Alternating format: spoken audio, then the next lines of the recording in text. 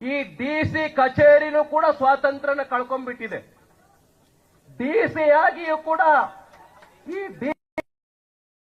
ಹೇಳ್ದಂಗೆ ಕೇಳ್ತಾ ಇದ್ದಾರೆ ಮೇಡಮ್ ಅವರು.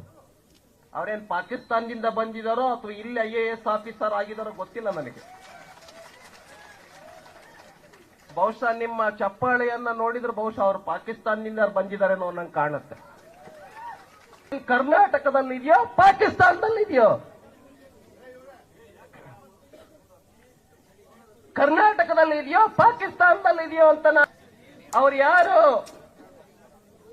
3 ಜನ ಪೊಲೀಸ್ ಅಧಿಕಾರಿಗಳಿದ್ದಾರೆ.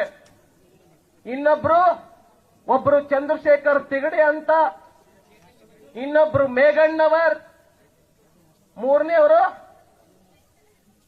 ಹೆಸರೇನು? ಶಂಕರ್ ಗೌಡ ಪಾಟೀಲ್. ಈ 3 ಜನ ಏನಿದ್ದಾರೆ ಪ್ರಿಯಾಂಕಾ ಖರ್ಗೆ ಅವರ ಗುಲಾಮರಾಗ್ಬಿಟ್ಟಿದ್ದಾರೆ.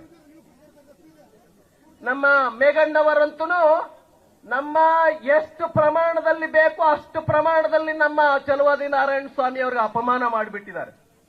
ಆದ್ರಿಂದ ಈ 3 ಜನ ಪೊಲೀಸ್ ಅಧಿಕಾರಿಗಳನ್ನ ಸಸ್ಪೆಂಡ್ ಮಾಡಬೇಕು ಅಂತೇಳಿ ನಾವು ಈ ಸಂದರ್ಭದಲ್ಲಿ ಹೋರಾಟವನ್ನು ಮುಂದೆ ಮಾಡ್ತಾ ಇದ್ದೇವೆ. ಸಸ್ಪೆಂಡ್ ಮಾಡಬೇಕು. ಅಷ್ಟೇ ಅಲ್ಲ, ಇದೆಲ್ಲ ಘಟನೆ ನಡೆದಿರ್ತಕ್ಕಂಥದ್ದು ಯಾರ ಡೈರೆಕ್ಷನ್ ನಲ್ಲಿ, ಯಾರ ನಿರ್ದೇಶನದಲ್ಲಿ ಅಂತಂದ್ರೆ ಪ್ರಿಯಾಂಕಾ ಖರ್ಗೆ ಅವರು. ಅಕಸ್ಮಾತ್